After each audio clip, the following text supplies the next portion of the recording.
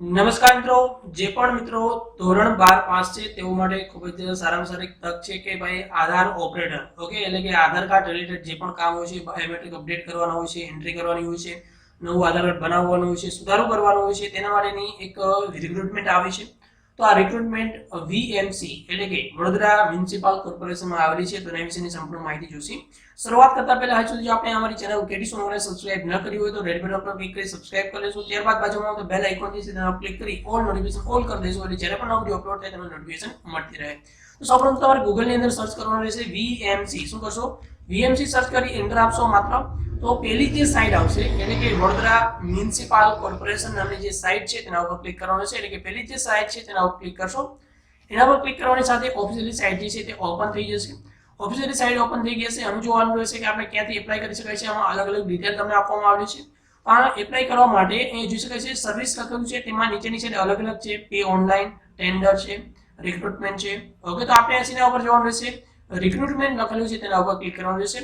એના ઉપર ક્લિક કરવાની સાથે આપ જોઈ શકો છો કે ભાઈ જે છે V357 ઓકે પોસ્ટનો કોડ છે. ઓકે, આઉટસોર્સિંગ છે. આધાર એનરોલમેન્ટ ઓપરેટર જે છે તેની રિક્રુટમેન્ટ છે, કયો ડિપાર્ટમેન્ટ કરે છે? ICDS જે ડિપાર્ટમેન્ટ છે તેની રિક્રુટમેન્ટ કરે છે. છેલ્લી તારીખ જોઈએ તો 20/1/2022 સુધી એપ્લાય કરી શકાય છે. આની PDF છે અને એપ્લાય કરવા માટે એપ્લાય ઓનલાઈન લખેલું છે તેના ઉપર ક્લિક કરવાનું રહેશે. એના પર ક્લિક કરવાની સાથે આ બધી ડિટેલ તમારે ફિલઅપ કરવાની રહેશે એટલે ઓનલાઈન એપ્લાય કરી શકાશે. હવે સાથે જોઈ શકાય છે કે ભાઈ ઓનલાઈન જે ફોર્મ ઓપન થઈ ગયેલું છે. તો સૌપ્રથમ તો જોઈ શકાય છે કે અહીંયા ફર્સ્ટ નેમ, ત્યારબાદ ફાધર નેમ, ત્યારબાદ સરનેમ, પછી મધર નેમ, મેલ હોય તો મેલ, ફિમેલ હોય તો ફિમેલ, મેરેજનું સ્ટેટસ મેરિડ હોય તો મેરિડ, અનમેરિડ હોય તો અનમેરિડ, જે પણ હોય તે લખવાનું રહેશે. તમારી જે પણ કાસ્ટ હોય તે કાસ્ટ લખવાનું રહેશે. આર યુ જે છે વડોદરા મ્યુનિસિપલ કોર્પોરેશન એમ્પ્લોય હો તો એ ટિક કરવાનું, અધરવાઇઝ નહીં કરવાનું. તમારી જે પણ ડેટ ઓફ બર્થ હોય તે ડેટ ઓફ બર્થ નાખશો. ત્યારબાદ જોઈએ તો કોન્ટેક્ટ એડ્રેસ છે. કોન્ટેક્ટ એડ્રેસ જોઈ શકાય કરસ્પોન્ડિંગ એડ્રેસ અને પરમેનન્ટ એડ્રેસ. ઓકે, તો અહીંયા તમારું જે પણ એડ્રેસ હોય તે એડ્રેસ નાખશો. સૌપ્રથમ એડ્રેસ, ત્યારબાદ તમારું વિલેજ, સ્ટેટ, પિનકોડ, પછી તમારો mobile number, email ID, nationality Indian રહેશે. ત્યારબાદ અહીંયા જો સેમ હશે તો એના ઉપર ક્લિક કરી દેશો, અહીં ભાઈ આવી જશે.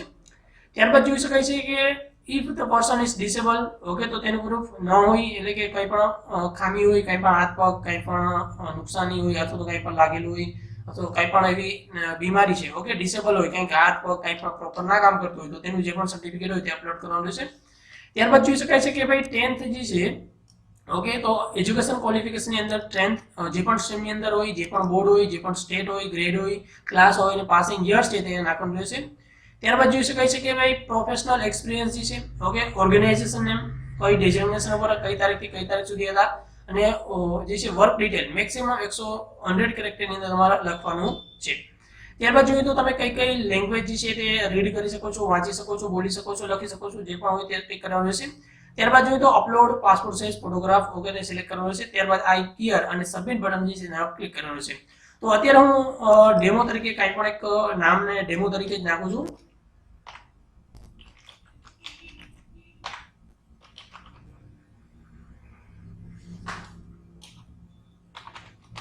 ઓકે, ડેમો તરીકે આ નામ એક પણ સાચા નથી, મેં જે પણ લખેલા છે ઓકે ડેમો તરીકે જે પણ નામ હોય ઓકે તમારે લખવાનું રહેશે. તમારું મેરિટ જે પણ સ્ટેટસ હોય તે પણ લખશો. તમારી જે પણ કાસ્ટ આવતી હોય તે કાસ્ટ પણ લખશો. ઓકે, ત્યારબાદ જોઈ શકાય છે અહીં આપ જોઈ શકો છો અહીંયા એક કાસ્ટ સર્ટિફિકેટ તમારે જે પણ સ્ટેટનું હોય તે સ્ટેટનું સિલેક્ટ કરવાનું રહેશે. ત્યારબાદ તમારી જે પણ જન્મ તારીખ હોય તે જન્મ તારીખ પણ નાખશો.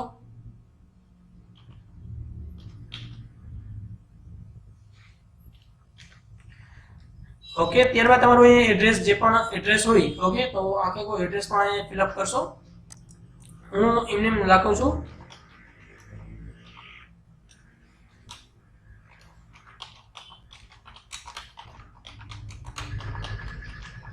ઓકે કાલાવાડ રાજકોટ નાખી દીધું છે. ગામની અંદર પણ રાજકોટ જ નાખું છું. ઓકે, ત્યારબાદ તમારું સ્ટેટ જે પણ લાગુ પડતું હોય તે સ્ટેટ નાખશો. તમારો જે પણ પિનકોડ હોય ઓકે તે પિનકોડ નાખશો. ત્યારબાદ જોઈએ તો તમારો જે છે મોબાઈલ નંબર હોય તે મોબાઈલ નંબર નાખશો. ઓકે, ત્યારબાદ જોઈ શકાય છે ઈમેલ આઈડી, જે પણ ઈમેલ આઈડી તમારી ઈમેલ આઈડી હોય ઈમેલ આઈડી નાખશો અહીંયા. ઓકે, ત્યારબાદ અહીં જો સેમ એડ્રેસ હોય તો અહીંયા સેમ ઉપર ક્લિક કરશો એટલે બધી ડિટેલ સેમ ટુ સેમ આવી જશે. ત્યારબાદ જોઈએ તો ફિઝિકલી ડિસેબલ હો, કંઈ પણ એવી બીમારી હોય અથવા કંઈ પણ એવું લાગેલું હોય ડિસેબલ હોશો તો તમારી પાસે સર્ટિફિકેટ હશે, બાકી આમાં નોન રહેવા દેશું. ત્યારબાદ જે 10th હશે, 10th જોઈ શકાય છે, એજ્યુકેશન 10th, તેમાં ડિગ્રી, ઓકે, આ તો સ્ટ્રીમ શેમાં છે, તો જનરલી મોસ્ટ ઓફ જનરલ જ હોય છે.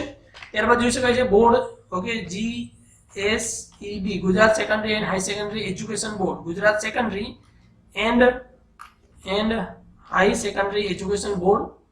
ત્યારબાદ જોઈ શકાય છે કે તમારું જે પણ સ્ટેટ છે એ સ્ટેટ સિલેક્ટ કરશો, ઓકે, સ્ટેટ સિલેક્ટ કરશો, તમારા જે પણ ગ્રેડ હોય તે ગ્રેડ અહીંયા લખી નાખશો, ઓકે. ત્યારબાદ જોઈ શકાય છે અહીંયા ક્લાસ, જે પણ ક્લાસ હોય, ફર્સ્ટ ક્લાસ હોય, પ્લસ ક્લાસ, અને પાસિંગ યર, જે પણ વર્ષે તમે પાસ કરેલું છે તે પાસિંગ યર અહીંયા પણ નાખવાનું રહેશે. ત્યારબાદ જોઈ શકો છો latest organisation in first row, okay, તો ઓર્ગેનાઇઝેશન છે, ઓકે, તેનું નામ લાગશો, તો કંઈ પણ હું અત્યારે નાખી દઉં છું.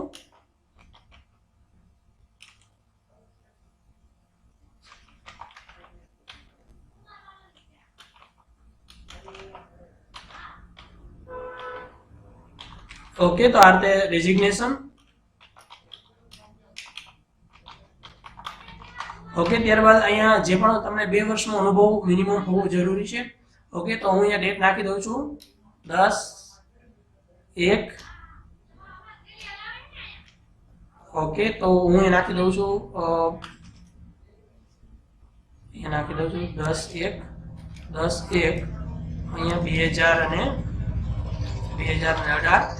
ત્યારબાદ મેં જે કામ કરેલું છે, ઓકે, ત્યારબાદ મેં કામ કરેલું છે 10/1/2021 સુધી, ઓકે. તો મેક્સિમમ અહીંયા 100 કેરેક્ટરની અંદર તમારે અહીંયા જે વર્ક ડિટેલ જે છે તમારે નાખવાનું છે કે ભાઈ આઈ વર્ક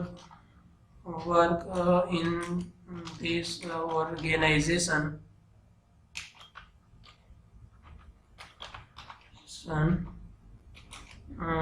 very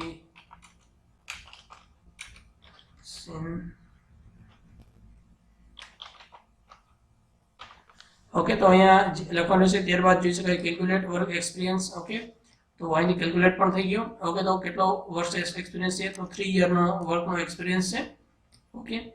ત્યારબાદ જોઈ શકાય છે કે ભાઈ તમે કઈ ભાષાઓ જે છે તે રીડ કરી શકો છો, ઓકે, તો 3 ભાષા રીડ કરી શકાય છે, 3 ભાષા રાઇટ પણ કરી શકાય છે, 3 ભાષા જે છે તમે બોલી પણ શકતા હો, ઓકે. ત્યારબાદ તમારે અહીંયા જે છે તમારો જે પણ પાસપોર્ટ સાઇઝ ફોટો હોય, ઓકે, તો પાસપોર્ટ સાઇઝ તમારે તમારો ફોટો જે હશે તે પણ સાથે અપલોડ કરવાનો રહેશે.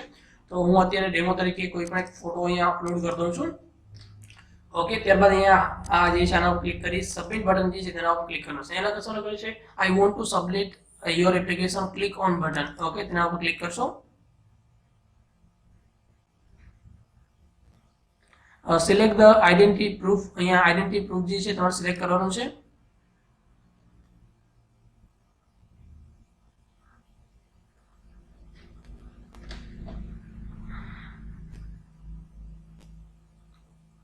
ઓકે. આઈડેન્ટિટી પ્રૂફ સિલેક્ટ કરવાનું છે, ઓકે. આઈડેન્ટિટી પ્રૂફ જે છે તો ધારો કે કોઈ પણ તમારા જે પણ હોય, ઓકે, તો આઈડેન્ટિટી પ્રૂફ અહીંયા નાખશો, ઓકે. આધાર કાર્ડ, પછી આઈડેન્ટિટી જે છે, okay, select the identity proof અહીંયા રહી ગયું હતું, ઓકે. તો અહીંયા સિલેક્ટ કરી તમારા આઈડેન્ટિટી નંબર જે પણ હોય, ઓકે, તમારા આધાર કાર્ડ નાખ્યું છે તો આધાર કાર્ડના જે પણ નંબર હોય એ તમે નંબર નાખી દેશો, ઓકે. ત્યારબાદ અહીંયા તમે લખવાનું સબમિટ બટન ઉપર ક્લિક કરવાનું રહેશે,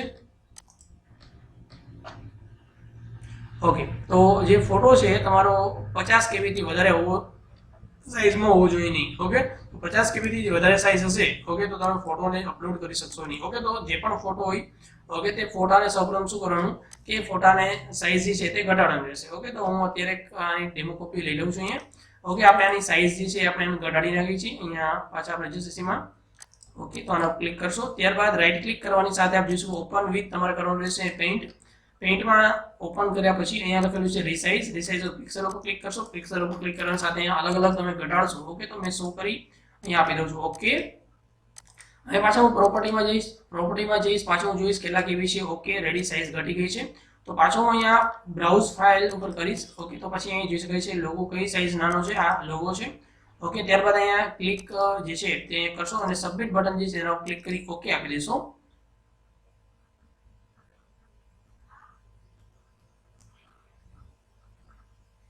ઓકે, તો આપ જોઈ શકો છો you have successfully apply four post V357 Aadhaar enrolment operator application number આટલા ને પ્રિન્ટ એપ્લિકેશન. ઓકે, તો પ્રિન્ટ એપ્લિકેશન કરી અને તમારી જે પણ જે છે એપ્લિકેશન છે તેને પ્રિન્ટ તમે લઈ શકો છો. ઓકે, તો આને ડાયરેક્ટલી પ્રિન્ટ કરી એપ્લિકેશન નંબર લખીને રાખવાનો રહેશે. જ્યારે પણ આગળ કંઈ પણ પ્રોસેસ થશે તો આને થ્રુ તમે કરી શકો છો. ઓકે મિત્રો, તમને આશા છે કે આપણે ક્લિયરલી સમજાઈ ગયું હશે. કાંઈ પણ ડાઉટ હોય કોમેન્ટ કરીને પૂછી શકો છો. Thanks video. Have a nice day.